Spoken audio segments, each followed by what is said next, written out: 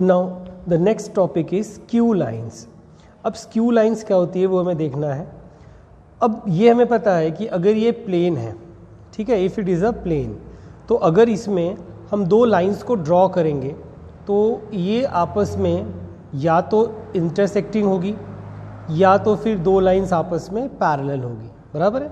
अच्छा, हम ये भी जानते हैं कि if two lines in space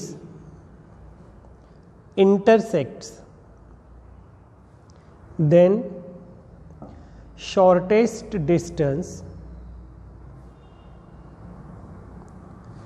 between them is 0, okay, and if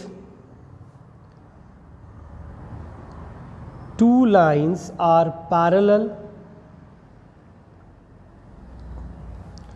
then shortest distance between them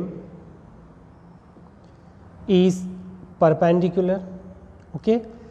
तो फिर स्क्यू लाइंस क्या होगी, ठीक है। तो याद में रखना है कि स्क्यू लाइंस की डेफिनेशन देखो क्या है, a pair of lines in space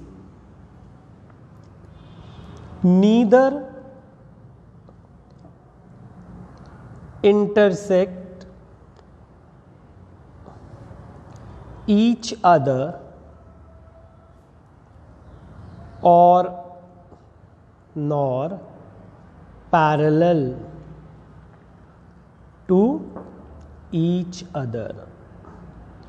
यानी ये दो लाइंस होती है स्पेस में जो ना आपस में इंटरसेक्ट करेगी ना ही आपस में पैरेलल होगी। बट ये पॉसिबल कैसे होगा, क्योंकि अगर किसी प्लेन में, हमने पहले देखा है कि अगर किसी प्लेन में पेयर ऑफ लाइंस ड्रॉ किया तो या तो वो इंटरसेक्टिंग होगी या तो वो पैरेलल होगी। But skew lines are the lines in space, okay, which neither intersect nor parallel to each other.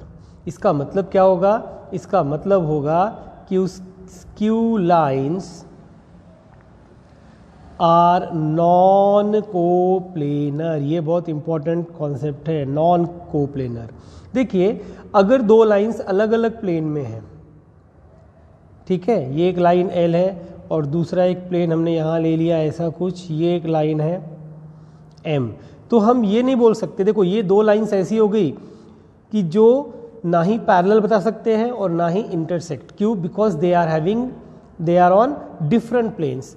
तो जब ऐसी कंडीशन आती है, जब एक पेयर ऑफ लाइंस यानी दो अलग अलग लाइंस दो अलग अलग प्लेन्स में हो, तब हम उन्हें क्या बोलेंगे, स्क्यू लाइंस। क्यों? बिकॉज ना तो वो इंटरसेक्ट करेगी और ना ही वो पैरेलल रहेगी। Is that clear? तो ये हो गया आपका skew lines, okay. Now distance between skew lines, तो उसके लिए डायग्राम है, देखो एक L2 L1 दो लाइंस है, दोनों ही को PQ परपेंडिकुलर है। L1 पे A of small vector A, ठीक है, और ये B1 पैरेलल वेक्टर रहेगा अलोंग दिस लाइन। उसके बाद ये हो गया आपका B ऑफ A2, B2 ये पैरेलल रहेगा along this line L2, okay. अब हमें ये प्रूफ करना है कि the distance between the lines r and this again r, यहाँ पे देखो A1 alpha 1 B1 A2 alpha 2 B2, okay, lambda 2 lambda 1 lambda 2 is first bracket मैंने पूरा देखिए modulus of A2 minus A1 dot B1 cross B2 upon B1 cross B2 का magnitude, ठीक है। अब इसके लिए क्या करना पड़ेगा, तो let L1 and L2 be two lines, okay, through A of small vector A1 and B of small vector A2 respectively। is that clear? ये तो हो गया अपना। अब L1 and L2 are parallel to vector B1 and vector B2, ये भी क्या रहेगा, रिस्पेक्टिवली। क्लियर? क्योंकि दिया हुआ है B1 वेक्टर B1 और B2 ये अलॉन्ग L1 और L2 है, ठीक है। अच्छा, as P Q is perpendicular to both L1 and L2. Okay, that means is parallel to vector B1 cross vector B2. Is that clear? Okay, now the unit vector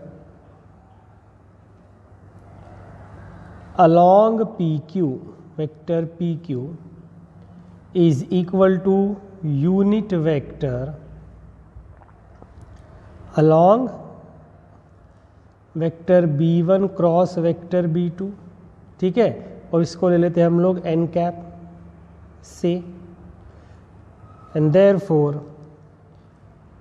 PQ is equal to the projection of vector AB on PQ. और ये कैसे दिया जाएगा? तो this is vector AB dot unit vector n, and therefore PQ क्या हो जाएगा? Vector AB हो जाएगा A1 A2 minus vector A1, ठीक है, इनटू n क्या हो जाएगा? B1 cross P2 upon determinant of magnitude of B1 cross B2.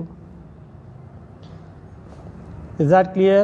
And this is what the shortest distance, है ना? This is the required shortest distance between two lines, between given two lines. Okay, now इसके कुछ notes. तो पहला आ जाएगा, two lines intersect each other if and only if the shortest distance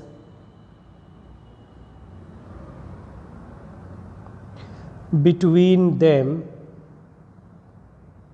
is 0. ये already मैंने पहले ही बता दिया था. ठीक है, नंबर 2 आएगा, lines vector R is equal to and vector R is equal to intersect each other, again if and only if vector A2 minus vector A1 dot B1 cross B2 is equal to 0. That is, we can say ये इनका dot product 0 होना चाहिए. ठीक है, now lines x minus x1 upon a is equal to y minus y1 upon b is equals to z minus z1 upon c, and x minus x2 upon a2, ये a1 b1 c1 हो जाएगा, y minus y2 upon b2 is equal to z minus z2 upon c2, intersect each other if and only if, यहाँ आ जाएगा x2 minus x1, यहाँ आ जाएगा y2 minus y1, यहाँ आ जाएगा z2 minus z1. This is a1 a2 b1 b2 c1 c2. ये determinant क्या होना चाहिए? 0. तो these all are the conditions for intersecting lines. Okay.